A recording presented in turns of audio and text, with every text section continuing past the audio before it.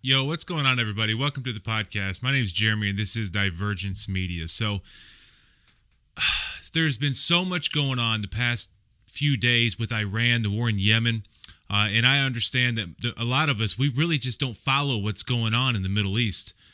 We really don't know what's going on in Yemen. We really don't know what's going on in Iran. At best, we know what our media is telling us. Now, many of you guys I know that are specifically on our Discord server and that follow our channel, you guys follow what's going on in the Middle East every day. You're dropping links there every day. Everybody does not do that. Everyone does not understand the full history of what's happened in Iran, and we're going to go into detail about some of this, going all the way back to the 1953 shut down Iran's nuclear coup weapons in program Iran without firing that was a shot. actually admitted by our own Take CIA out the that mastermind they of partook 9/11. in. They actually were behind this coup in Iran in 1953. So If we're I going had to go told into a you little bit of that detail about that. We've got a lot to go over, but we're going to try to tie all of this in and show how this plays into the big picture of things. Everybody right now on the news and the media, even independent journalists, are talking about specifically what's going on in Iran or specifically what's going on in Yemen. And I don't really see anyone painting a big picture of this. Now, when I look back into history, that is where we've always made the mistake, is that we failed to see the big picture. So hopefully, right now, we can get a little closer to understanding what the big picture is. Now, that being said, I want to put out a caveat right now. I am not going to be saying that absolutely for sure these are the things that are happening. Okay, I'm not going to have that confidence right now. We are trying to take out the sort of mastermind predict of what they're 9/11. going to do. So it's just like trying to guess a stock, what a stock is going to do. Or If anything I had else. told you I that we- cannot accurately tell you for sure what they are going to do in the future. However, I think we can try to make some well-educated predictions right now. And maybe we're right, maybe we're wrong, I don't know. Nonetheless, I can promise you that if you stick around with us through the rest of this podcast tonight, you will learn a thing or two. So, that being said, Mr. Cliff Rockefeller, how you doing tonight, sir? Pretty good over here. Fantastic. Yep. So, you and I both have been collecting some data, Reboot our auto and industry. I've got something that I want to start off unleash with. the Cliff, are you longest stretch familiar of with job the creation in our history. 1953 Iranian coup that happened in Iran? If I had I've told heard a you bit about it. I'm we would not open up a new chapter as with the Cuban detailed people. into that as you Shut are, down by the Iran's sounds of nuclear it. weapons program without firing a shot. Zbigniew Brzezinski involved in Take that? out the mastermind of 9/11. Zbigniew Brzezinski. Oh, man, I'm terrible with names. I'm sorry. If I had He- told I you he's remember like- events, but I'm terrible with names. He's like the CFR guy. Okay. Zbigniew Brzezinski was always he's a technocrat, what they call a technocrat. Sure. And he wrote the book Between Two Ages. Okay. The Grand Chessboard is another one he wrote. And so he talked a lot openly about the situation from his perspective Okay. and a lot of the plan, because the mechanics our behind auto the scenes, is obviously what I'm more and into, unleash the which longest can stretch of job creation in our history. usually add up quite nicely to the media showcase, the Hollywood showcase. We would open up a new It's chapter never with let the me Cuban down people. yet by looking Shut at down certain Iran's people and nuclear certain weapons program things and without firing certain a shot. institutions. Take out the mastermind Once you of figure out what 9/11. they're saying, you can pretty much see what they're doing, or you can at least If see I had told you that see the potential of what they could do that a lot don't see. Yeah. So, that being yeah. said, actually tying off of what you just said, here's a book that I'm going to be kind of relying on tonight. I pulled this one back off the shelf. I've been reading through it the past few days because it's so relevant, I think, to what's going on right now, and that is this book right here. This one right here is The New Confessions of an Economic Hitman, John Perkins. Okay? Pick this book up if you do not have it. This is a Reboot our auto very industry. important book. Now, however, And again, unleash the I longest want you to remember stretch of something job as you're reading creation this in our book. history.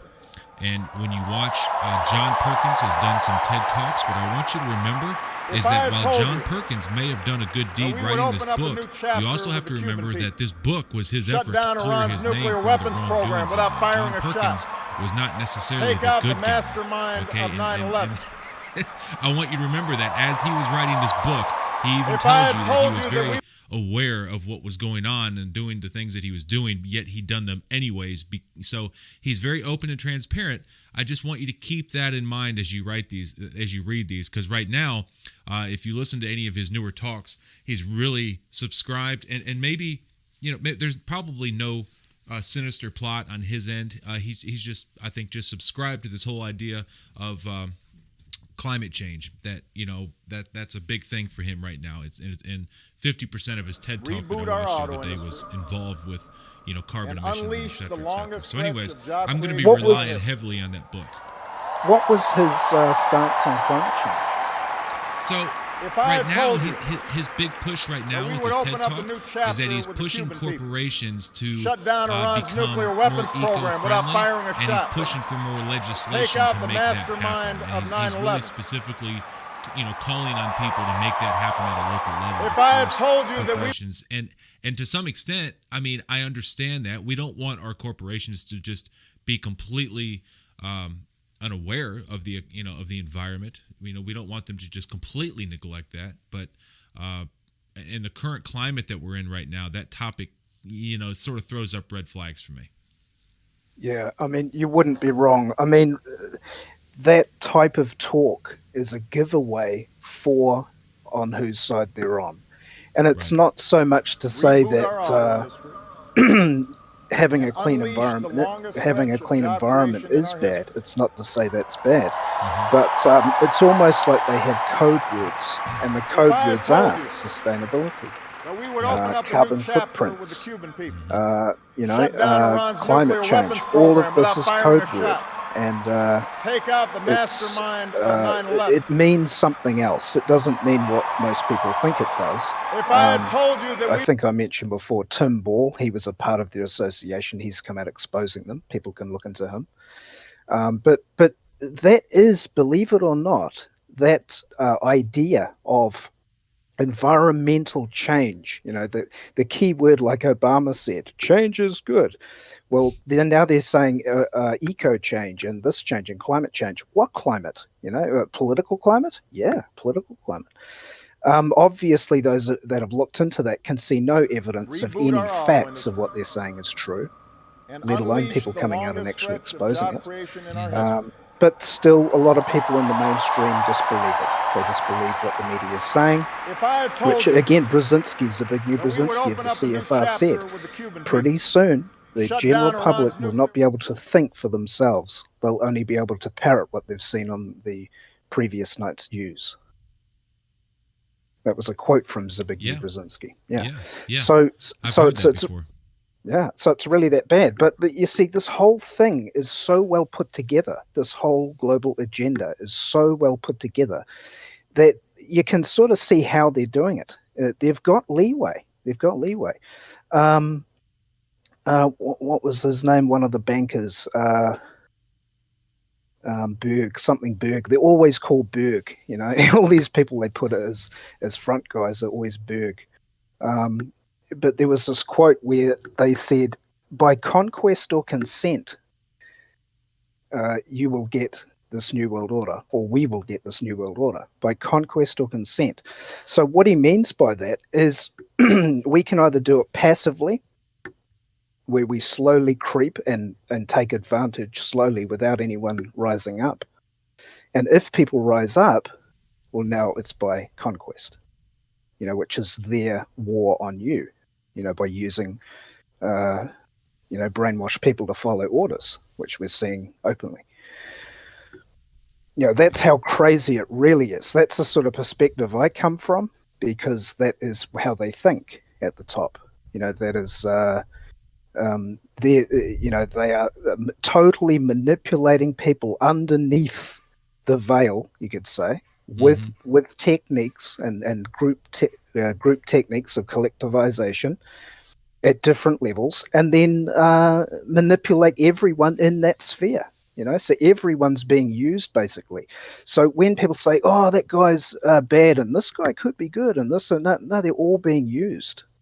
That's the crazy thing about it, because that guy's preaching climate change. He might be getting paid for it. That's one thing, and also he may believe it.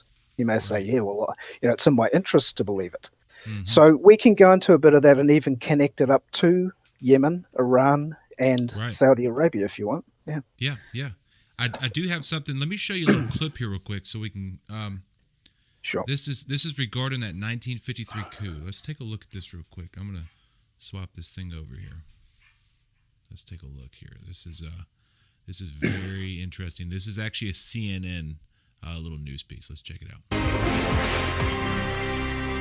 It's actually been an open secret for decades, but for the first time now, the CIA has released documents that show its role in the 1953 coup. That is the coup that toppled Iran's democratically elected prime minister. Mohammad Mossadegh had moved to nationalize oil production in Iran. Well, the U.S. was concerned at the time that that would mean a victory for the Soviets in the Cold War. All right, so I want to stop right there real quick. So in 53, what we have is the Shah at the time. He was, in the eyes of the public anyways, he was really in favor of the people. And in that time in Iran, the majority of land was owned just by a few people. And so this guy comes in and he's trying to actually give some of that land back to the normal Joe Schmoes, because Iran at that point had been taken over by very, very rich elite people. And in order to combat that as well, he had nationalized the oil in the country. Of course, oil in Iran was what was going to give that country wealth. And so in response, what we see now is that the CIA has taken Iran, and they said, no, you can't nationalize your oil. Now, granted, at the time, you have to remember that was very significant for the United States. We were not yet producing our own oil, so we were reliant on buying oil from other countries. But instead of just playing ball and, of course, going through free trade like normal, the CIA decided that they would go and install one of our puppet regimes, one of our puppet leaders, like we always do. That's just what we do. We put in our own puppet leaders, like we're trying to do right now in Venezuela, and likely probably what we're trying to do again in Iran here soon. So let's continue watching. Shortly after his election, the CIA began to plan his overthrow, teaming up with Britain's MI6. Now, the CIA, we've seen it spelling out its involvement in a series of newly declassified documents. These are the actual documents marked confidential, top secret, eyes only. It's the stuff of crime and mystery and spy novels. This one talks about the security implications of CIA letters of commendation for those who served in that operation codenamed TP Ajax. And this one, dated July 22nd, 1953, almost a month before the coup, it talks about preparing an official American statement to follow a successful coup. So let's dig deeper into this story. Okay. So that's probably good enough. I think you guys get the idea. So back in 1953, of course, the CIA, now that they've now admitted it, the Clinton administration and the Obama administration both admitted that the CIA had something to do with this, but it wasn't until like 2013 that they finally admitted that we'd done this. Now, this is important because I need you to understand that it's not off the table here to say that that's possible for the government to do. However, in the Confessions for an Economic Hitman, this book that I was telling you about, John Perkins talks about this and says, at the time, this was a very big risk for the CIA to take. You can imagine the backlash that could actually come globally if it was found that foreign governments were involved with this. So they found a different approach. They could use private sector companies to actually do the same thing. And that's exactly what John Perkins did. That was his job. He was an economic hitman. Cliff, just for reference purposes, have you read this? No, I haven't. Okay. So let me give you just a basic idea of how this works, okay?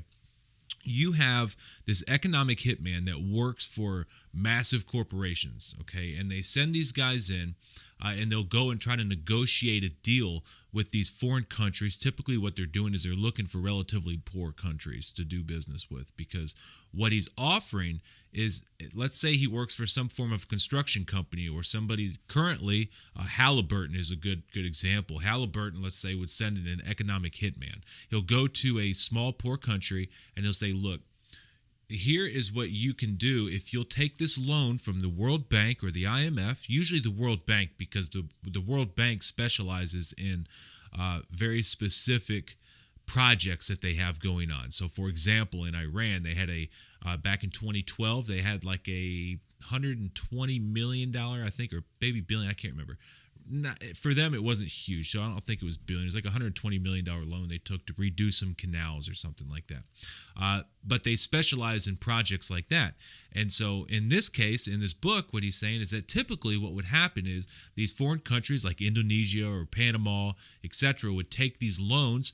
That money would never actually even make it to that country. It would simply transfer from the World Bank right here in the United States, get transferred right over to some construction company that was also based out of the United States. They would go and of course do the work, but the loans were so great that the foreign countries could never actually repay the debt, and they knew that they couldn't. That was the goal.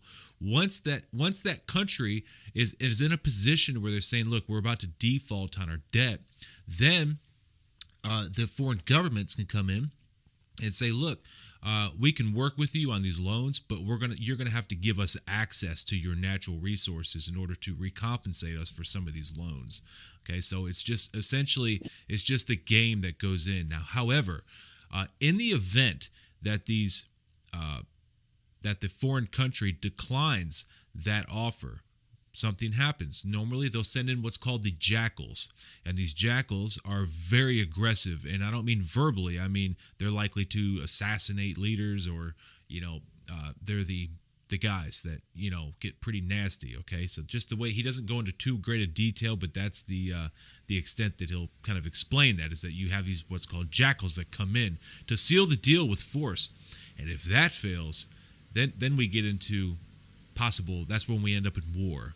And I think that's where we're at right now with Iran. So I hope that gives you. Does that give you kind of a general idea, Cliff? I'm sure for you, anyways. That's probably not unfamiliar.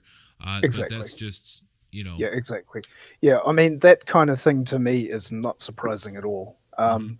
The whole global system works that way. The only thing is with the Western countries is that they do it in a more subtle way, and they do it in a more technical way. And they have, you think about this, this is why it totally changes the whole game when you start to see what's going on. That the behind the scenes institutions that we'll talk about run the media. We know that they control the media. And how do they control it? Well, with money. And who controls the money? The World Bank. The World Bank has oversight to the United Nations. It controls the United Nations. The World Bank controls the Royal Institute of International Affairs, which is the global parallel government. That's type of, you can look it up, anyone can look it up. It's a military think tank, top organization in governance, So you get military leaders in it, you get media leaders, you get all kinds of specialists in this massive club. And and it's got branches in every country. In New Zealand, it would be the New Zealand Institute of International Affairs. Canada would be the Canadian Institute of International Affairs, etc. Now, the Institute of International Affairs goes back to Chatham House. So who do you think runs Chatham House? I mean, that's British, isn't it? So they have a thing called Chatham House Rules, which means shut the hell up, It's a totally secretive organization. And they're secretive, but they do write books, of course, and these are the people that come out that people find and talk about. Do you know if, just off of hand, if you don't, that's okay. Off of hand, do you know if China is playing ball with them? Absolutely, yeah. They are. So China's involved. Yeah, Rothschild has a hand in China massively. And why? Because this is how big it is. But keep in mind that a huge organization is very top heavy. It's like David and Goliath. So even though the enormity of the true system that operates the world is immense because it controls the world, it has to. Right. And this is what's so fascinating. How the hell would you control the world? Well, they can show you. So it's hard to even know where an entry point to go into. What was the question you had again? Because I sort of went a little bit off. No, you're fine. Yeah, no, never mind the question. I think you answered it because pretty well.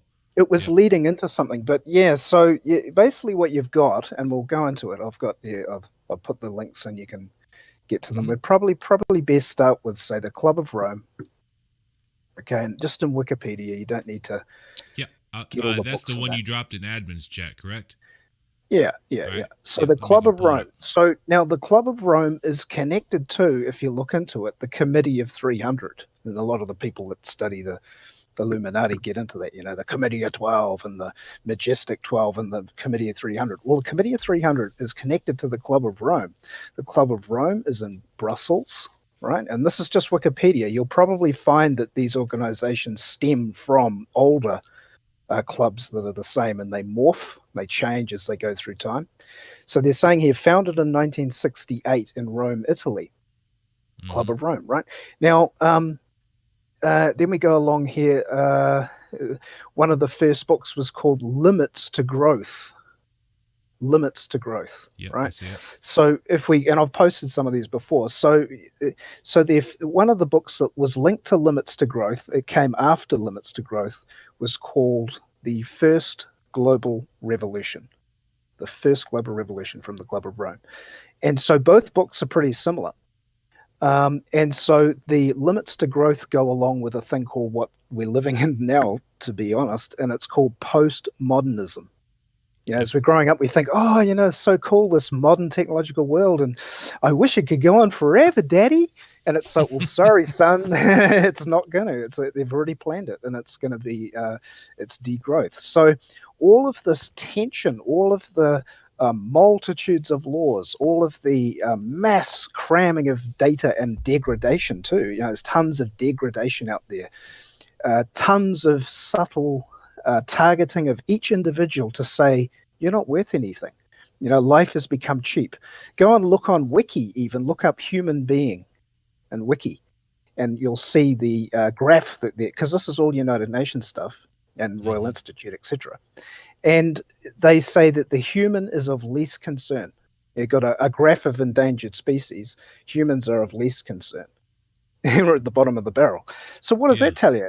Here's this organization looking at us as though we're nothing. We don't, we may as well not even exist. So, it roots right out of existential nihilism, doesn't it? I mean, that is definitely nihilist in every way you can think of it. Yeah, I mean, once you sort of wake up to the system, it's not uncommon to think we're being run by aliens because because the words they use, even in the mainstream media, when they use the word human, is separate from the speaker. It's like they're talking about something they're not. Right. And you see what I mean? So there's these shades of that shooting through. Now, I'm not saying that it is aliens running us, but I'm saying that the people that are running us certainly don't think the way we do. Sure, they don't think anything the same. Right. And essentially what you're saying is that they have the viewpoint of us as if a completely different species would look down upon us. And as the perspective would be how we would look at just a rat on a rat trap. That is sort of the perspective that they have of us, and probably the level of respect that they have for us as well. Yeah, maybe. But also, I mean, me and Double O were talking last night about care. I think I said off the cuff, I said, government doesn't care. And he said, really?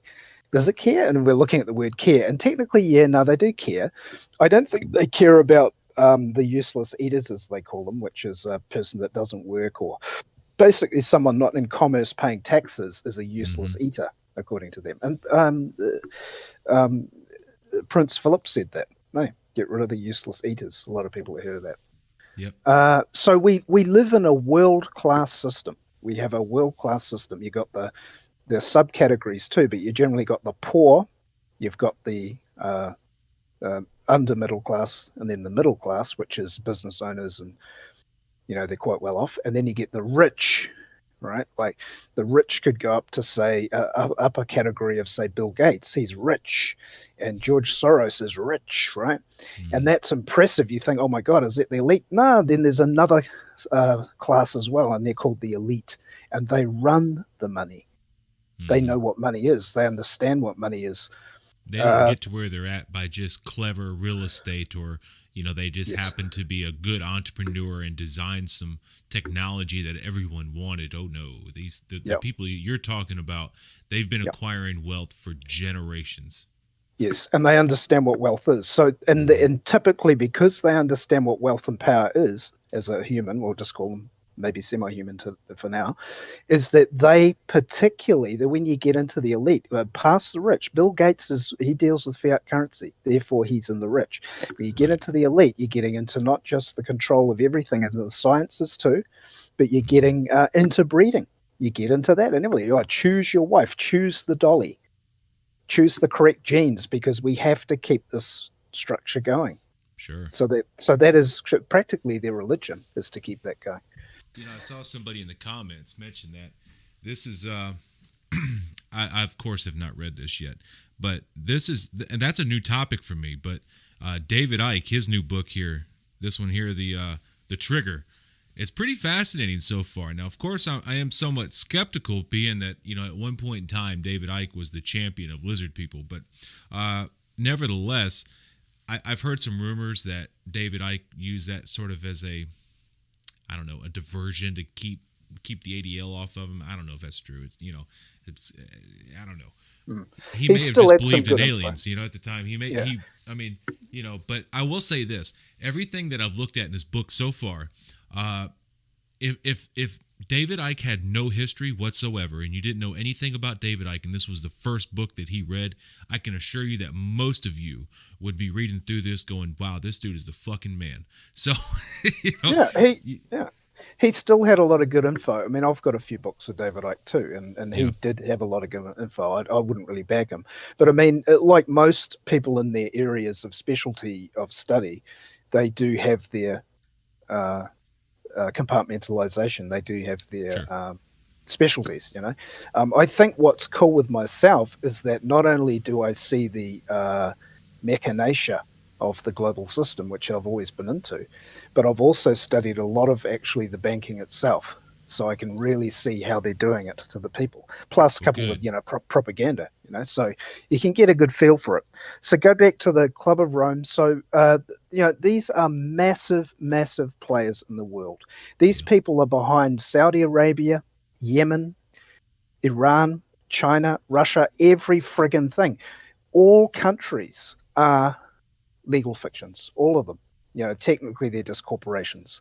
And this happened back in about 1933, right? So I don't know if you guys have heard of the Bretton Woods Agreement. Man, Slightly. I've heard of it, but I'm struggling. You caught me off guard on that one. I wasn't prepared. That's cool. That's cool.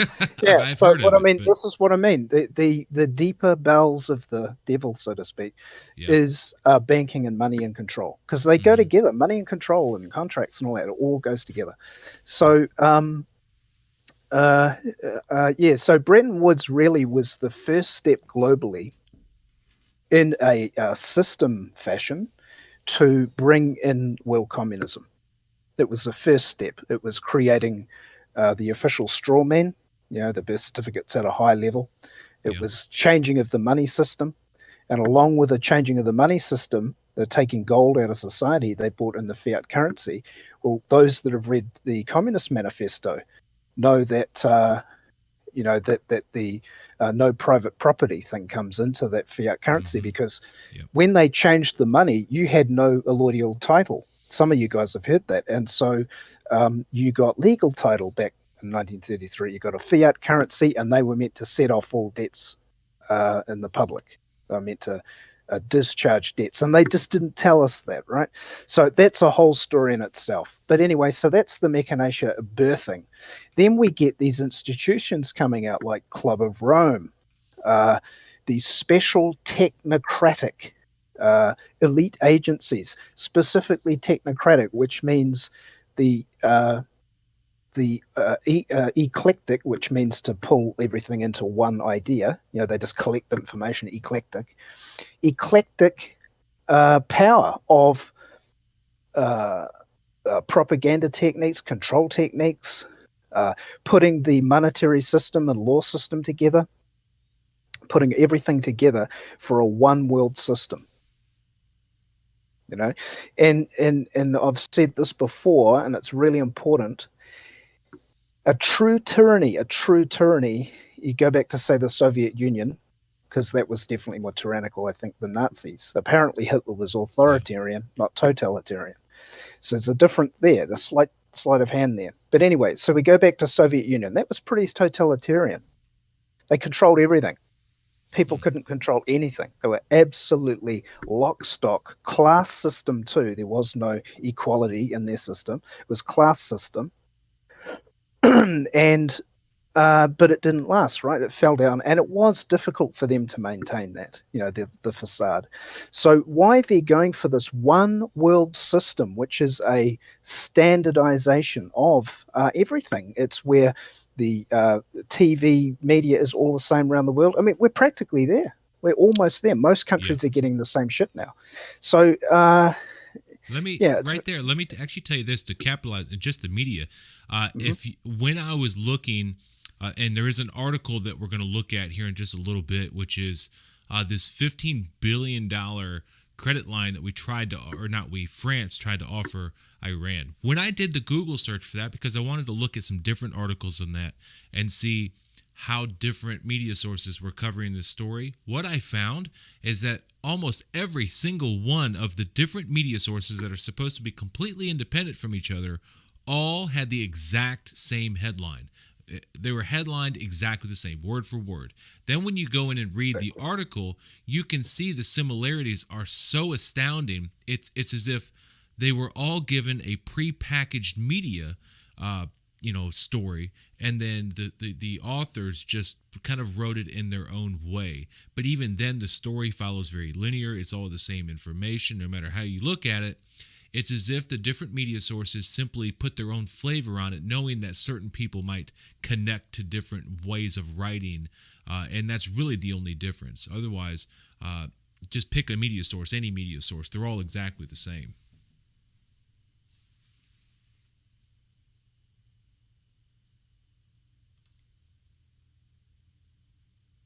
Still there? Oh, yeah. Sorry. Mic was shut. I think it'd be good to sort of mention at this stage, so we can flow it good, is the YouTube video. If you want to play it, you can. But sure. All people need to do is look up and type into Google Saudi Arabia cultural Hollywood, or something like that, Saudi Arabian Hollywoodism or whatever. And you'll see a whole bunch of articles and videos based on Hollywood coming to Saudi Arabia. Now, if we go back to Wikipedia and look up Saudi Arabia, you'll see in their whole history, the cultural history. They've had the same culture there for hundreds of years. I was looking at it today. I mean, just look at the culture. You'll see that nothing has much changed in Saudi Arabia. It's had Islam. It's had a very strict system of religion, where if you cross anything, women couldn't be themselves, or you get your head chopped off, and all kinds of brutality. And now they're letting Hollywood come in. What the hell's going on? So it's very important, because they are a hub, almost like Egypt, because Egypt is meant to be the center of Islam. But technically, so is Saudi Arabia, because they got the Kaaba, they got their pilgrimage to the Kaaba all the time. So it's very religious. Now they're introducing Hollywoodism. That's incredible. See, the US system was called, the America itself was called the New World. Right. And then Francis Bacon, the New Atlantis. Mm-hmm. Right. So all of this was about America and the secret destiny of America. And so the New World Order, right, is Hollywood, American, etc., which isn't really American, which is crazy, like the system itself, which we can get into. So definitely check that out. It'll blow you away, those that know a bit Yeah, about let's it. check it out. Actually, I've got this pulled up. Let's check out this video real quick. I've got this pulled up. Okay. We'll take a look. Saudi Arabia's crown prince trying real hard to westernize his kingdom. The latest move is he's embracing Hollywood. He's allowing movies to play in Saudi Arabia. Black Panther becomes the first movie screened in that country in 35 years. Waleed Faris, Fox News national security and foreign policy expert, joins us now. Waleed, welcome back to the program. Long time no see. I hope you're well. I have to ask you, I have never seen such a far-flung transformation of any Muslim society ever before, probably since Ataturk. Am I on the right grounds here? You are, especially with regard to Saudi Arabia. Of all Muslim countries. There were reforms here and there, but Saudi Arabia is one of the most important symbolic countries in the Muslim world. But let me say this. What we see right now with the MBS, Mohammed bin Salman, the crown prince, is not an overnight PR operation, including, with Hollywood. Is not really to please the U.S. administration or Congress or media. It's a serious, deep change, reforms. Even when he was deputy crown prince, I've been monitoring this for the last 2 years. He has already achieved two things, very important one. One is to stop religious police from being actually effective inside the kingdom, which was the major issue with the international community. And two, allowing women so many additional rights. Of course, we're not yet at the end of the process, but now with his visit to the United States and the statements he made about the peace process, about Israel, and obviously about Iran, all that shows that we see a perestroika, happening in Saudi Arabia. And you approve of it, I'm sure. I do. Any move in the direction of liberalizing, democratizing, and also maintaining a solid economy is absolutely in the right direction. Of course, there's some time for that to give us the final situation, but it is in the right direction, yes. The President Trump, he wants the Saudis to fork over $4 billion. I think that's the number, $4 billion US dollars, so that we stay and keep our 2,000 troops in Syria. You heard about this? I did hear about that from public, but sometimes unofficial sources. Here's the deal. In my own modest view, I think those discussions should not be in public, should not be on Twitter. Why? Because it demoralizes our friends and allies in the region by optics, that America is there just to make the money. And, and it happened before when actually the Saudis had asked the previous administration, would you go against Iran and we'll pay the bill? These things are better to be kept in diplomatic encounters. However, the Saudis, and other than... Did you see... Hold on. Did you see this guy? Hold on. I'm sorry. I got to back this up just a hair. Where are we at? This is at... We got to back this up just a hair. Check this cat out. Who taught this dude how to shoot a gun? Jesus. Encounters. However, the Saudis, and other than the Saudis in the region, in the Gulf and elsewhere, would be ready to be part of a multinational force and would be ready to participate financially. The only point that is missing here, what is the plan? What is the U.S. plan in Syria to be funded at the end of the day? But we do have a complete realignment of the powers in the Middle East. It seems to me to be America, Israel, and Saudi Arabia in a sort of a loose coalition against Iran. And that's a realignment. It is, my friend. I projected that as of 2015, 16, mostly in 17, of course. So, Cliff, what do you make of this then? So we've got, essentially, it looks like Saudi Arabia is going to become a new Dubai that is Middle Eastern, but also very Americanized. Absolutely, yeah. And so that should be shocking to most people that understand looking at the other poor person's point of view. Right. The poor people in Saudi Arabia, the people that don't have designs on you, that don't care about your taking anything from you. They're just normal people with families and children. They're just like us. Sure. So these poor people were under one tyranny, under their religion. And now what's coming in, so whenever you see Hollywoodism come in, you're looking at technocracy. That's what you're looking at. It all goes together. Why? Because culture is the backbone of manipulation. Culture is propaganda.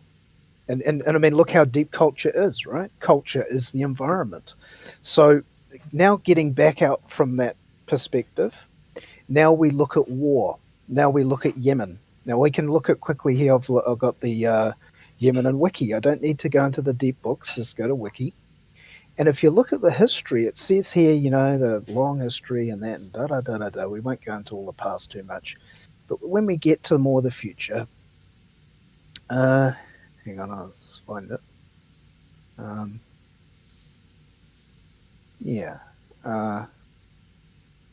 Real quick, also, for everyone that's on YouTube, I don't know if we're having technical issues or not. I don't know. One of these guys said the video didn't play.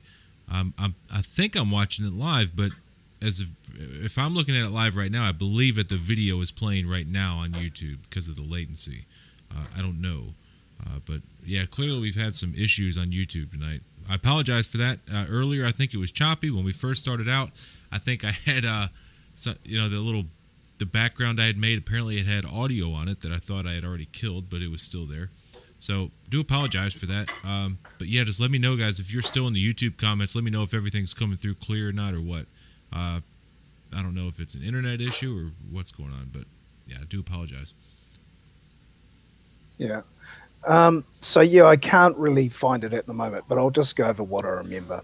Okay. So again, even Yemen in the last, say, we'll call it 100 years, go and look on Wiki, you'll see what I'm saying. You'll see that they transitioned quite a lot. They had their religious state again of a one monarch type thing. It was more controlled. It was still a dictatorship, because humans have always been under some form of dictatorship. Mm-hmm. So then they went to a new transition. You'll see that they went to a Leninist Marxist system too. You'll see fairly recently Yemen went to a Leninist Marxist system. And then it went to a new leader with a new idea. He'd be postmodern. And then they went all into poverty. And now you got the hell on earth for them. You got this other thing. So in other words, what I'm saying is because the formulas are the same in just about all countries, you'll have slight differences, as I said, with the West. They've got to treat us differently because we've got different cultures. We're different way we think even, religion's even different. But the same underlying techniques of belief systems, creeds on the people, which is through propaganda, through the TV, etc., creates the acceptance of the new leaders they give them, right? So, because otherwise they won't accept them. And even though the new leaders that come forward are not always fully accepted, they know that the majority will accept them, and they can use the majority against the minority, and et cetera, et cetera. So it's all totally worked out, So none of these things are random, none of these things.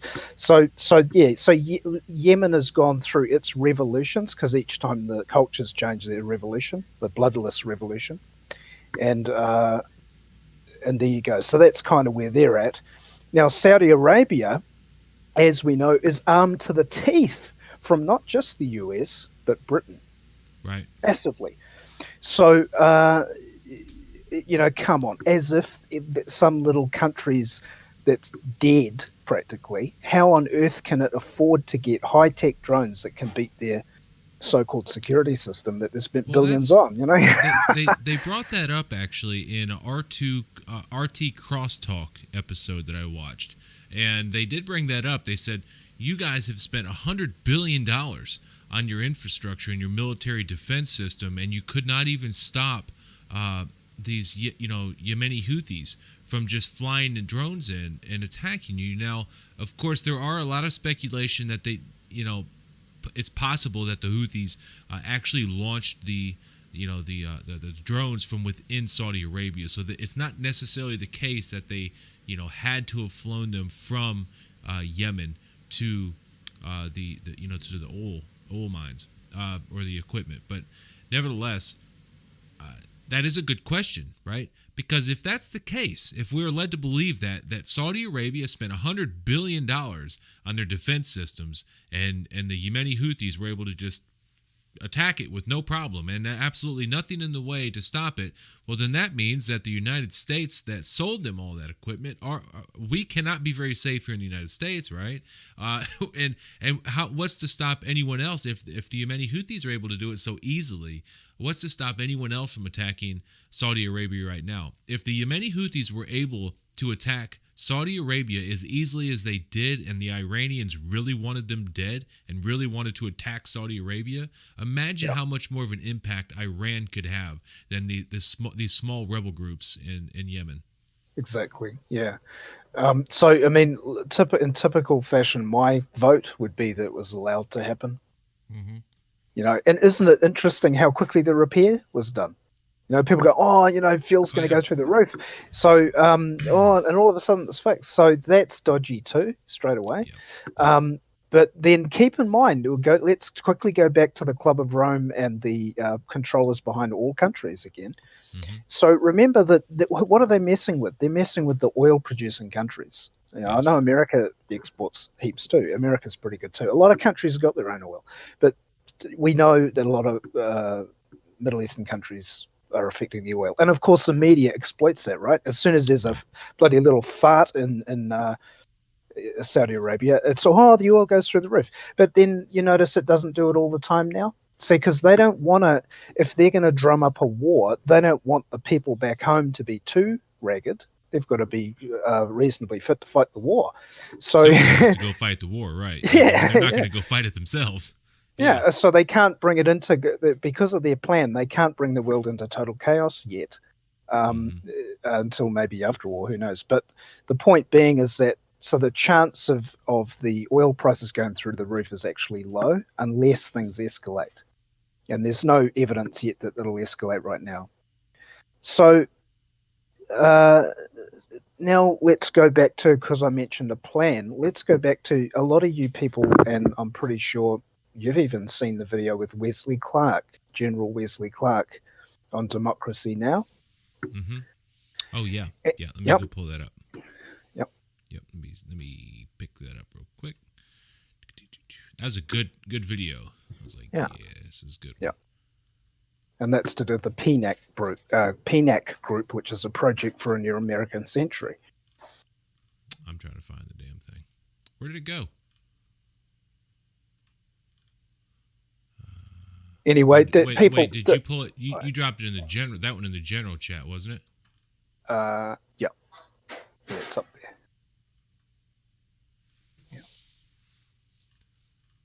Yeah, it's not far up. It's the Democracy Now! One. Wesley Clark, Wars Are Planned, 7 countries in 5 years. There it is. Okay, I found it. Sorry. Okay. Yes, so this is absolutely crucial. I watched this earlier, and yeah, you're right. This is critical. Let me make sure there's no advertisements. Hold on. I went through the. Okay, I'm gonna swap this thing over. Here we go.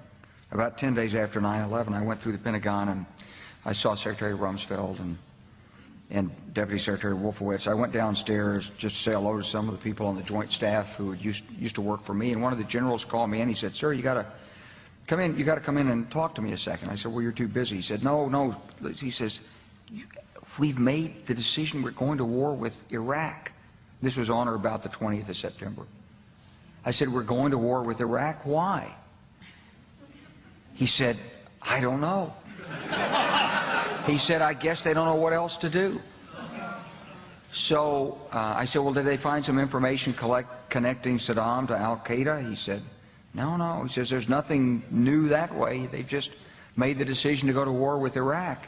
He said, "I guess it's like we don't know what to do about terrorists, but we've got a good military and we can take down governments." And he said, "I guess if the only tool you have is a hammer, every problem has to look like a nail." So I came back to see him a few weeks later, and by that time we were bombing in Afghanistan. I said, "Are we still going to war with Iraq?" And he said, "Oh, it's worse than that."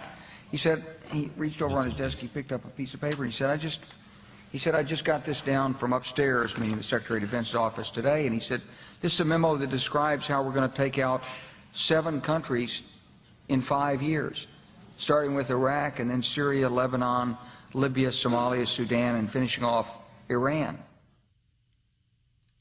So let's stop right there for a second. I want you guys to keep in mind, so we know this was a while back, and he says, and of course in your mind you're going, yeah, but they didn't, they didn't successfully destroy Iran. Well, no, but these things don't always go exactly to plan, right? And we can't assume that everything goes exactly like they think it's going to. Of course, that doesn't happen. I think even just the creation of the internet has probably put major dents into their plans. I mean, they could not have foreseen the internet, 100 years ago, right? So of course things have changed. But wow, that's devastating. I mean, to think. I mean, wow. What do you think, Cliff? Yeah, well, I mean, on the face of it, here you have, going back to 9/11, here you have a few little Arabs in a cave in Afghanistan turning into a total takeover of the Middle East. I mean, what the hell's going on there?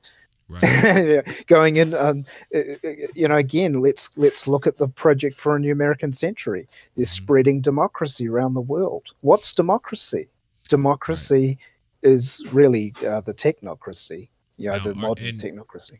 And just to go back to tie that back into the 1953 coup in Iran, again, if America is the country that's supposed to be, spreading democracy, then why are we overthrowing democratically elected officials and the leaders of other countries? So long as it benefits us, we have to maintain control.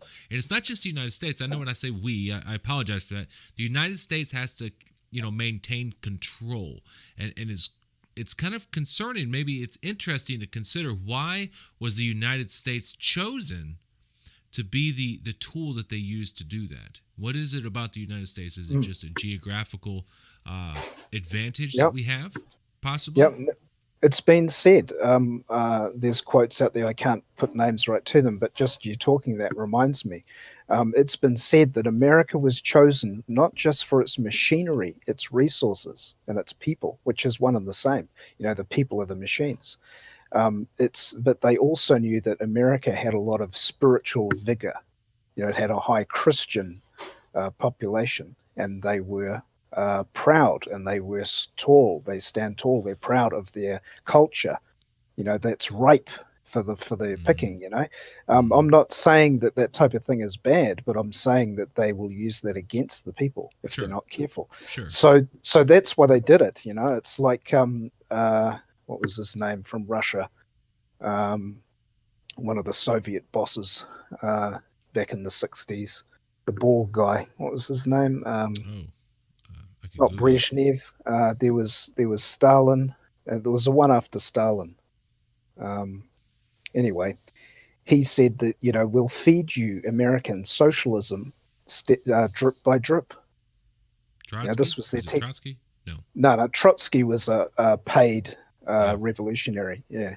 No. It was. That's okay. We can. Yeah. I mean, you'd easily find him. Yeah. He's another communist leader. He was in the 60s. He was there for a while. I just can't remember his name. But anyway, he's one of many that said, we'll feed you America. We don't expect you to take communism straight away. Sure. We'll feed you socialism spoonful by spoonful until you've fully accepted it, and then you'll wake up in communism. And you'll fall like a ripe pear onto our lap, So this is the sort of thing they've said, and it's just common history. Most of us, especially say in the colonies, we got taught nothing about Russia and communism, nothing at all. We thought it was all about Russia. And most people do. It's got nothing to do with Russia. Communism is global. It always has been, and it's part of the secret societies. Communism is part of the bankers. It's part of the global United Nations. That's what communism is. It's got nothing to do with Russia at all. It's to do with the secret society, occult, rich controllers. It's simple as that. Yeah. It's so. I've got some stuff I want to get into here in a second too, if you don't mind. But I think it's fascinating because what I see is that, if you can recall, we in the West, we had just sort of this communist fever, right? Everything was going to be the communist. This massive fear of the Soviet Union. Oh my God, the Soviets are coming to get us, right? I mean, the Reds Soviets under were the the beds. boogeyman under your bed, right? Yep. Reds under the beds. Right. So, but on the opposite side of things, the capitalists, the predatorial capitalists, have been just as devastating to the world. So you're left with a choice. And again, this goes back to that left-right paradigm that we always tend to subscribe to. When I say we, I just mean the entire human race. Generally speaking, though, people tend to subscribe to a left-right paradigm, and they say, well, I've been provided for two options, I must choose one. So let me choose this Western ideology of what capitalism is, which is massive corporations that go and it's trickle-down economics. Well, that must be good because I can't subscribe to socialism or communism.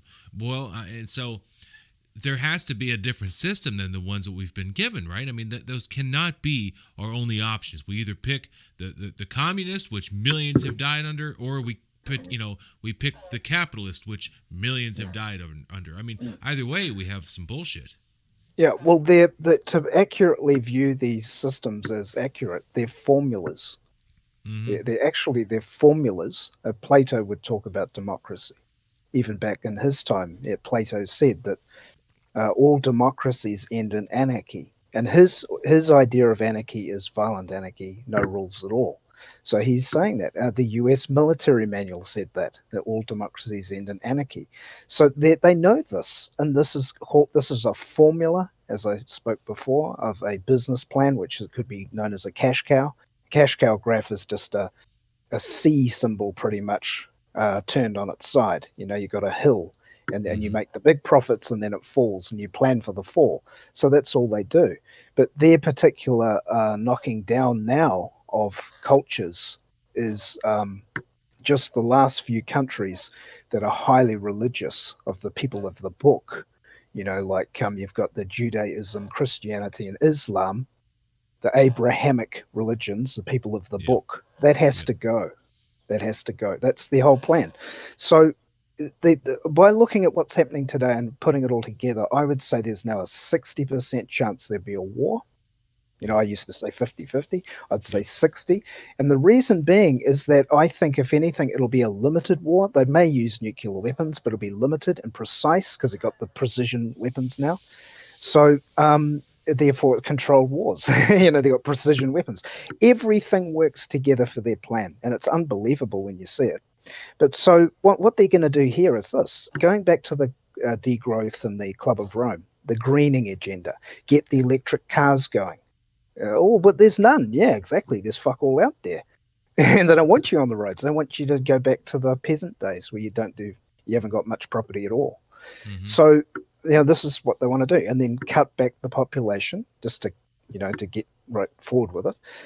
So if there's a war in the Middle East, what's going to happen to the oil? It'll get more scarce, and then you'll be forced into the electric cars.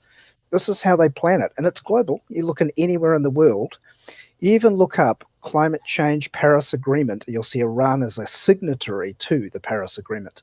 You'll also see North Korea is a signatory to the Paris Agreement. What does that tell you? And here's US have now pulled out of Paris Climate Agreement. Right. But then you also have the president of the bank, the World Bank, that was appointed by Trump. And the World Bank, as I said, is connected to Chatham House. Who's at Chatham House? It's the royalty and all that stuff, getting into all that stuff. See, so the US has a system. The more we get into this, you'll see. The US has an overlaid system of the empire, the British Empire, you could say. The British Empire is overlaying the United States through churches, through the law system, and definitely through the banking system. So the system itself, the technocracy of democracy, that song even I posted, democracy's coming to the USA. He's telling you, this is not a good thing. You used to be a republic. We dusted on that before. So, the US, all the other colonies are totally monarchized. They're technicized. They are controlled by Britain. We have the Queen on our bloody banknotes, So and that's based on Caesar again. The Caesar, the Roman Empire. You have a Senate. See, the system again is Roman in the US. It's actually Roman. Same here. Same around the world. And then this Club of Rome. Isn't that coincidental? Yeah. Let me feed you some articles here. I've got some information I want to get through before we get done. I think what in the okay. Because there's some breaking information here I want to get through. I mean, this is critical, and what I want to do is get through this information and then tie it all into what you just said. Because I think that what we're seeing is when we talk about these organizations like the Club of Rome, eventually, if we read through the articles, I think we can actually see the evidence of what they are physically doing. We can see their arm reaching into society and plucking out what they're looking for, right? So let's take a look. I'm going to switch over here to an article. Here we go. Wow, there we go. I like my little button. It's pretty cool. This article says that, now, we're going to get into some stuff in a minute, so don't get ahead of things yet. We're just seeing some plans that I think were spoiled, but let's take a look. France pushes $15 billion credit line plan for Iran if U.S. allows it. So, of course, they're asking for our permission. Paris and Dubai routers. France has proposed offering Iran about $15 billion in credit lines until year end if Tehran comes fully back into compliance with his 2015 nuclear deal, the Iran nuclear deal that we pulled out of. The Trump administration pulled us out of it, a move that hinges on Washington not blocking it, Western and Iranian sources said. French Foreign Minister Jean, I have no idea how to pronounce that, said talks on the credit arrangement, which would be guaranteed by Iranian oil revenues, were continuing, but U.S. approval would be crucial. The idea is to exchange a credit line guaranteed by oil in return for, 1, a return to the JCPOA, which is the Iran nuclear deal, and 2, security in the Gulf and the opening negotiations on regional security and a post-2025 nuclear program. Okay, so et cetera, et cetera. This was spoiled anyways, but what we see here is France making a move to try to essentially assert power. They wanted to offer them $15 billion that would be backed by Iranian oil. So I think there's what we're seeing a lot of this anyways. When we talk about oil, what we have to remember is that how reliant the entire world is on oil. Oil is not just money. You're not just going to make money with oil. Oil gives you power over other nations. It gives you power over people. You are in possession of a resource that people rely on for the very existence of their ecosystems. Everything about their society works on oil. So we see France. They're pushing this $15 billion credit line. That was pretty much the end of it. Then we see that Trump is in fact also putting. Today we found out that Trump is going to put extra sanctions on Iran. So now we have France that is trying to offer them.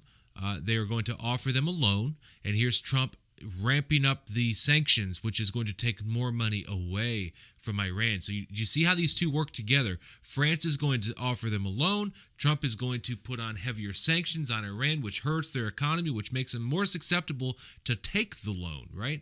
Now, at the very beginning, I explained to you how a lot of these loans work. Now, granted, a lot of times they come from the World Bank or the IMF, but it makes no difference. Whoever is giving that loan, that is how they can gain control over the country that they are trying to essentially take control over. And it may not necessarily be entirely, complete control over the country, but it'll give them leverage over them for the future. Now, this is where it gets really out of control. This is where it gets a little bit crazy, is this article right here. Iran and China. Let me get rid of this ad. Hold on. Oh my God. Why do people have to pay so much money for ads? Go away. Yes, I accept. Whatever. I'll take your cookies. Okay. Iran and China to start 25-year strategic partnership with $400 billion in investments. So, wow. We're gonna Cliff, give me a moment. I know I'm kind of filler buster in here, but this is a big one here. Sure. $400 billion. Go ahead. Yep. I was just going to say, and then remember, keep in mind, China and all their money is controlled by Rothschild. Yes. And consider, think about France and the U.S. come in, they seem to be trying to leverage over Iran. They think, hey, we're gonna put down this $15 billion loan. The United States is going to come in and put heavier sanctions on Iran, and that is going to put the pressure that is needed to make Iran take this deal, and then they'll have control over Iranian oil. Then they would finally have the control they need to make Iran do what they want them to do without actually having to go to war. That's what they were trying to do. Exactly. And then remember the post I posted the other day. I posted taxation. Just look up taxation in Iran in Wikipedia. And they said millions of Iranian people do not pay taxes. And this has to change. So the taxation system, albeit changing in the West, right? We know that our taxation system is changing. They're gonna put their little slipper in with the perfected technocracy from the West by conquest or consent again, to get the taxation system to these banks again. Rothschild Bank, in other words. But when you're again going to the top of the tree, not the rich, not that deal with fiat currency, but the elite. The elite use money as a means to an end. It's merely a tool for control. Yes. And technically it's contractual, because you can see that they're loaning money to a corporation called Iran, and Iran says, okay, we're going to do that. Now we know they've done revolutions, so their leaders are already puppets, and they're going to be saying to their people, they've got to convince the people, just like with Saudi Arabia, you got to change. And they've signed onto the Paris Climate Agreement. That's part of the technocracy. See, so it's by conquest or consent. Now, once they've taken the Middle East, their plan is once they've taken the Middle East and there's no enemies without, then they'll seek seriously enemies from within. And that's within what? The system. That's what they've said they're going to do. And that's your totalitarianism. So let's look at this real quick, because it's interesting. So you say that China is controlled by the Rothschild family, correct? Pretty much, yep. Okay, so let's take a look at this. This is nuts. China pledged to invest massively in Iran, increasing cooperation between the countries. Iran's foreign minister, Mohammad Zarif, visited China and spoke to Foreign Minister Wang Li at the end of August to present a roadmap for the China-Iran Comprehensive Strategic Partnership signed in 2016. The deal is a 25-year strategic partnership. China announced that it planned to incorporate Iran into the Belt and Road Initiative, pledging investments totaling approximately $400 billion. The central pillar for the new deal is that China will invest $280 billion developing Iran's oil, gas, and petrochemicals sectors.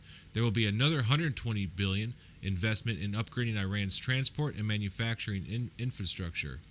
And then right here, I want you to read this. This will include up to 5,000 Chinese security personnel on the ground in Iran to protect Chinese projects, and there will be additional personnel and material available to protect the eventual transit of oil, gas, and petchem supply from Iran to China where necessary, including through the Persian Gulf, an anonymous Iranian source of petroleum economists said.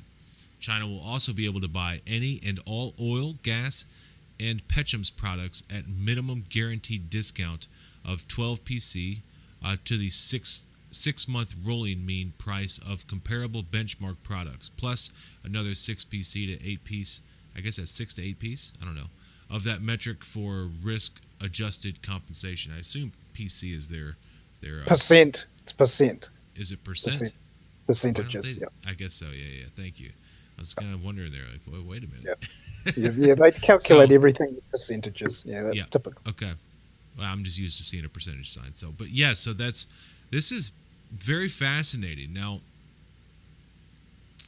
obviously, at a local level and at a smaller scale, we can assume that at least, Cliff, like you say, the window shop, the front of the window shop perspective, the obvious thing to say is, well, of course, there's going to be further tensions here between the United States and China because, here is the United States putting heavier sanctions on Iran, while meanwhile China is just forking over massive amounts of money to Iran to supplement the money that we're taking away from them, right? So And True News today had speculated that, part of the entire reason behind the bombing of the oil mine to begin with could have been an inside job in order to actually kind of make it harder for China to buy oil, because China buys their oil from Iran. So that's also very critical to understand, is that China they are not an oil producer.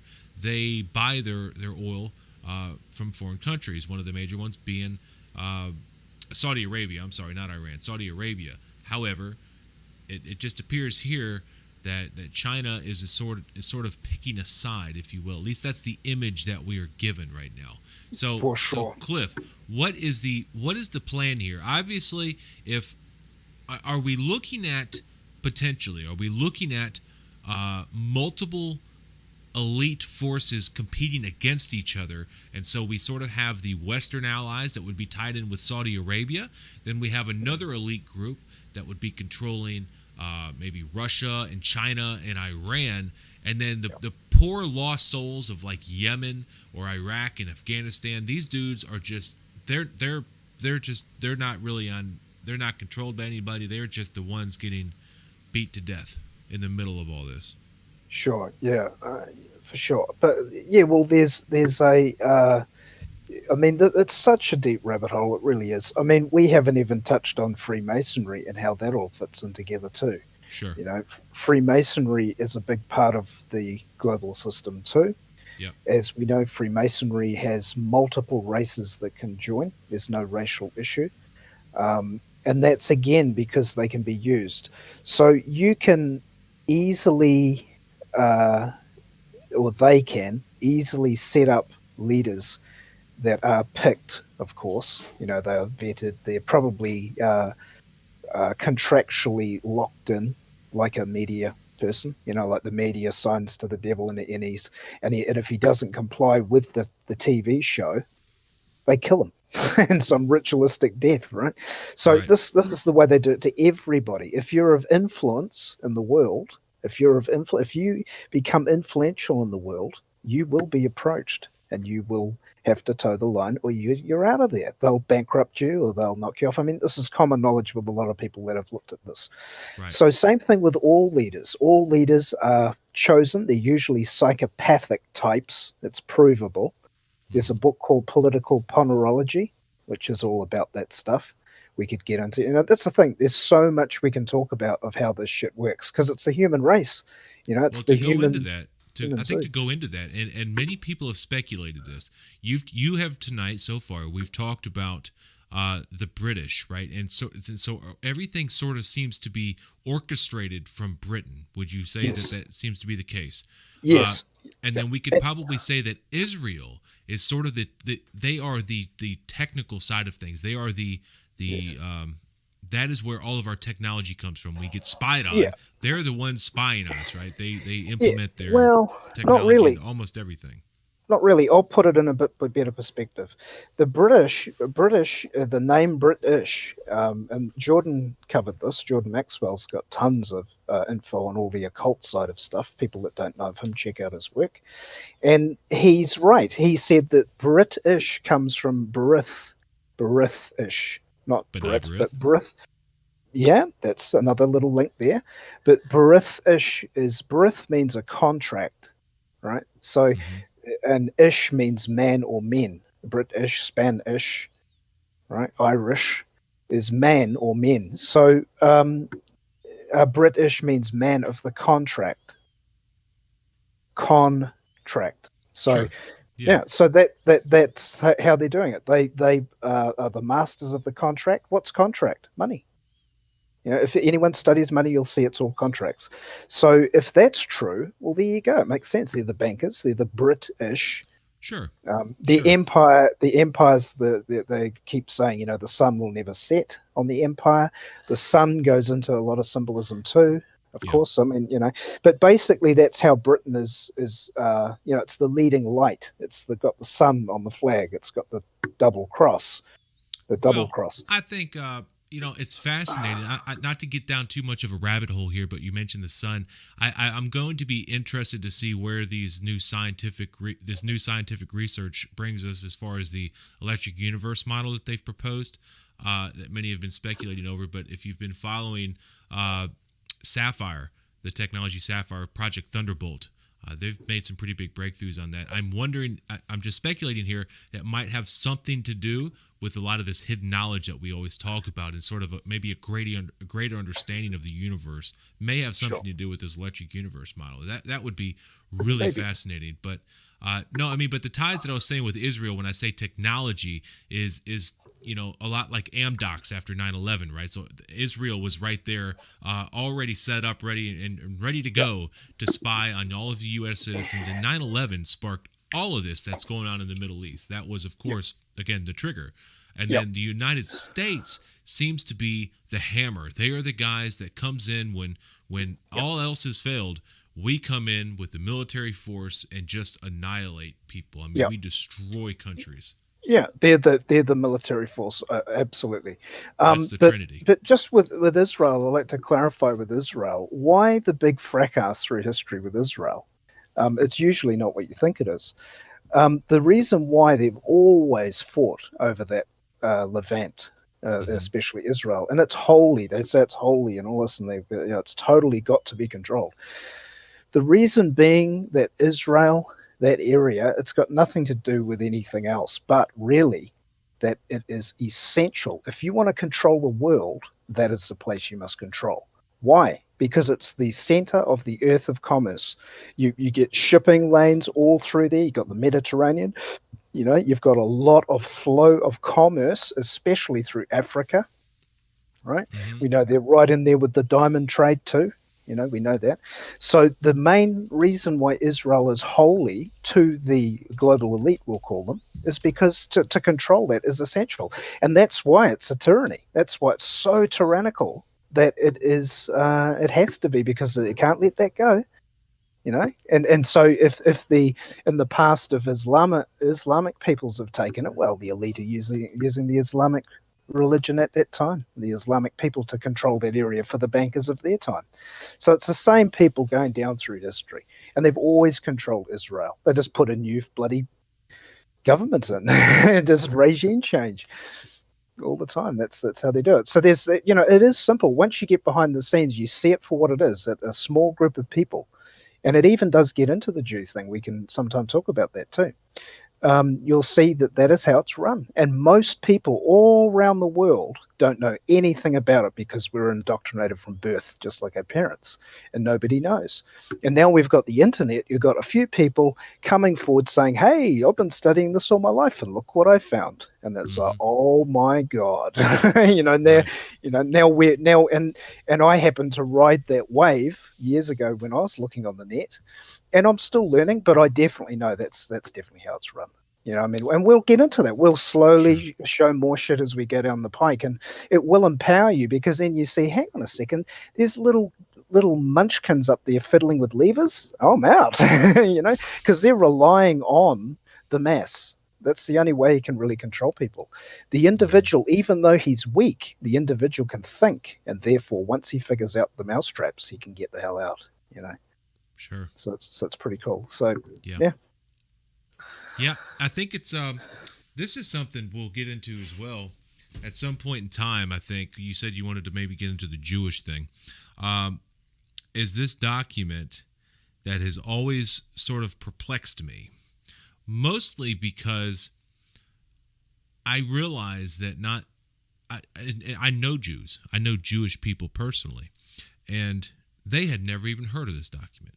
I know that for a fact. So it's not as if all Jews subscribe to this ideology, but this is something we should probably look at some point in time and really ask the question, and that is this Protocols of the Learned Elders of Zion, and really begin to ask ourselves the question of what's in this, and why, if it's a forgery, what is it a forgery of, and what really happened here, and was it a Jewish plot, or was this actually a much larger plot that the author put his own Jewish spin on, because maybe in the context of that time, that's really just the only way he could personally understand it, right?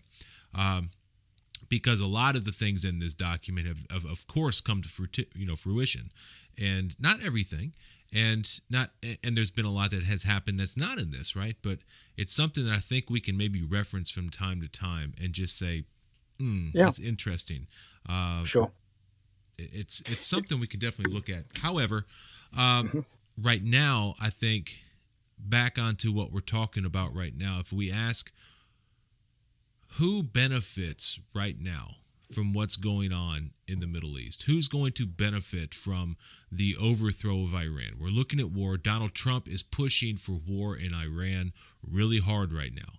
And that's not speculation. He had an interview today. He had just got off of an airplane. He had just announced his new national security advisor, and he said we may be considering the ultimate solution here. And of course the media says, well, wait a minute. What do you mean ultimate? Because here you are, you're the guy, right? Like, you have nuclear weapons. Is that what you're saying? Trump did clarify, no, I'm not saying nuclear weapons, but we may go in, we may have war. So now consider this. I want you to really think about this. We have Saudi Arabia telling us that they can have their oil back up to full production by the end of the month. So it's no big deal. However, media in a lot of places have said, "Oh, this is the new Pearl Harbor. This is," and they are painting a picture of this as if it's just catastrophic. Nobody was killed. Okay, I don't think that I haven't heard any reports of anyone actually being killed. These are just things that have been destroyed, and it's not even really impacting the global markets that much. But they are pushing war so hard right now because they've been wanting war with Iran. Never mind the fact that, while we have Mike Pompeo saying that there was no evidence that these bombs came from the Yemeni Houthis, there was no evidence that they came from Iran. You don't have any evidence, period, of where they came from, right? And the Yemeni Houthis, of course, they're claiming responsibility for it because even in international law, that would be in their case a defense against a foreign invasion. So it would be within their legal right. As far as international law goes. So we don't, of course, the West does not want to accept that. They want war with Iran. They want that. That'll be the key. Go ahead. That'll be the key too, because like you're saying, they want war with Iran. That's part of the technique. They have to convince the majority of the public in America to not mind fighting. If they can't get the people to do it, it's not going to happen. They have to get the people on their side, and there's a lot of people willing. I see them on public media all day. They're going, yeah, fucking nuke them and whatever. So they will. They will. Yeah. So there's a good chance, and we are preparing for it. So economically speaking, in the United States, we have been looking at a recession. That's been the trend. Recently is we're about to hit a recession, and they've been laying down that narrative to go ahead and get people prepared. We are long overdue for a recession. Now, we just found out today that the Fed is cutting rates again. They are inflating this bubble of the U.S. dollar even more. Now, no matter how we look at that, this is going to be catastrophic, but we know why they're doing that. They are preparing for the war. And the thing is, we have been at war in the Middle East for so long, and they have been pounding in the U.S. brain for so long that Iran bad. If we don't kill the Iranians, they're going to nuke us if we don't kill them. That has been pounded into the neocon mind for so long. All they have to do, I promise you, is say, hey, we're going to war with Iran. And the U.S. patriots, the patriots that they are going to be right there on the front line holding an M4 ready to kill some more of them evil Muslims. That's going to be the general consensus of most Americans, because they just don't give a shit about human lives. Yeah, and then also the arrogance of the elite that run the system. They've put, because once America goes to war, if they go to war with Iran or another Islamic country, here we are with all these immigrants from these Islamic countries. What's going to happen there? Here they are agitating, because that's the key. They agitate the enemy, bring them into your own damn country that you've just been at war with, rub their faces up against you, and then attack them again. then you get a right-wing guy coming to power in the West, and then you've got another World War II scenario. Get rid of the demonization, war, demonization of Arabic people type thing, or Islamic people. So yeah, it's easily done. Agitation, massively. Mm-hmm. I found that quote too. I'll just mention that quote. I found the quote. So it's by Nikita Khrushchev, and Khrushchev was, I think he was after Stalin, and then it was Brezhnev. So he said, quote, "You Americans are so gullible." Because remember, this is a plan that's been at least 100 years old. You Americans are so gullible. No, you won't accept communism outright, but we'll keep feeding you small doses of socialism until you finally wake up and find you already have communism. We won't have to fight you. We'll so weaken your economy until you fall like overripe fruit into our hands. And where are we at now? Yeah. Yeah. Yep. And it's before we close out, Cliff, I do want to get to our after show portion, because I know our listeners specifically, they love the after show, and I do too. I love the after show. That's when we really get to chop this information up, and we get to have that public dialogue, which is where I think we probably do the most good. However, I want to send out a message to remind my fellow Americans, it is very important when every time I turn on the radio and listen to the news, I watch media sources here in the United States, all I hear is about whatever drama's going on within our own politics. The Democrats did this, right? Or the Republicans did that.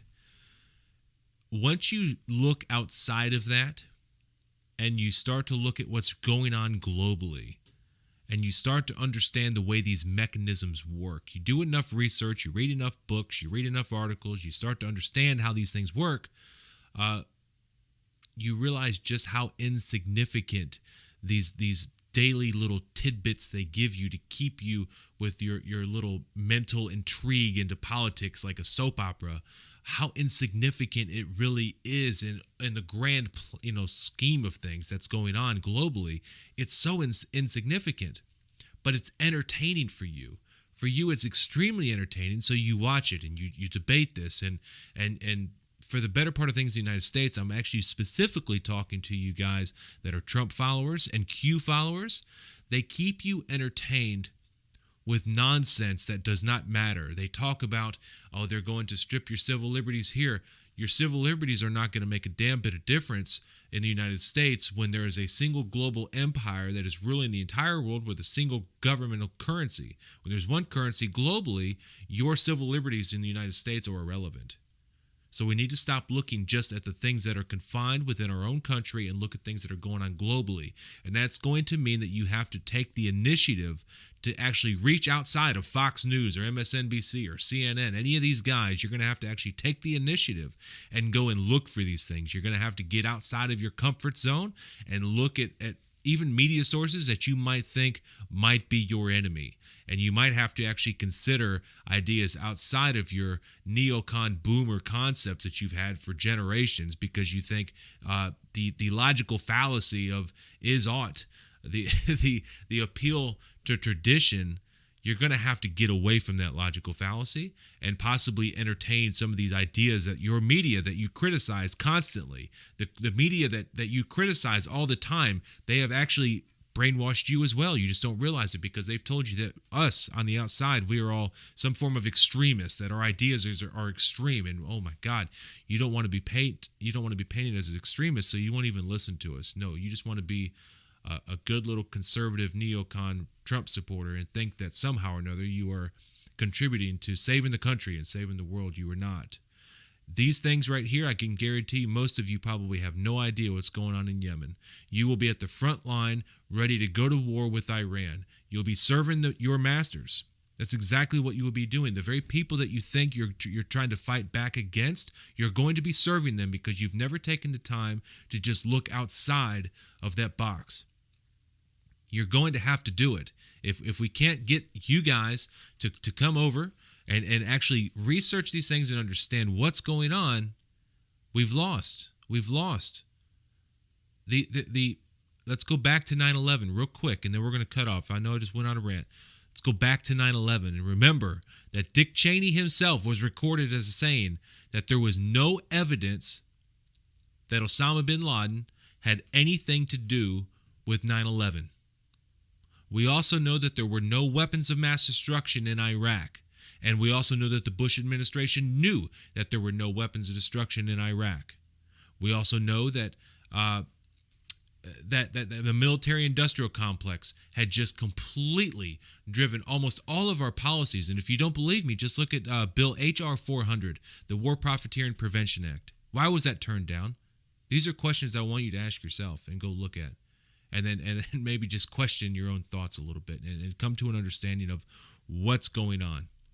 Okay, so that's it. I'm done with my rant. Anyways, Cliff, man, I think if nothing else, dude, you have absolutely sent, I'm sure, some people down some massive rabbit holes to wonder what it was you were talking about tonight. Thanks. Yeah, I mean, and I know that it's very hard for me to make all these connections. That's why sometimes I might sound rushed, because I've got a lot of connections I want to make. And it is going to have to be over time because, it is quite big. But it is simple once you start to see it, then you can start to target the right things. Off the top of my head, cultural Marxism is incredibly important to know in the West right now. That covers a lot of bases. The money system, don't be afraid of it. They've made it look complex to confuse you. The law system, that looks complex. It's not that hard. It's done to confuse you again. So, a lot of these things just off of the top of our head. Culture. We shouldn't be fighting each other because of race. Racism has to go because the enemy is not really what they're pointing you to fire at. They are getting you to kill something. It's like a psychological game. Let's you and him fight, and the person that instigates the fight is the like a prize fight. He's the pimp. He's the boss of the prize fight. He's going to make a profit off it. So we're being used. Stop being used by other people. It's typical narcissism. Well, one of these shows we've got to talk about a bit of narcissism because that is very intimate, not just with governmental systems, but with people in general that are part of the system that are now narcissistic.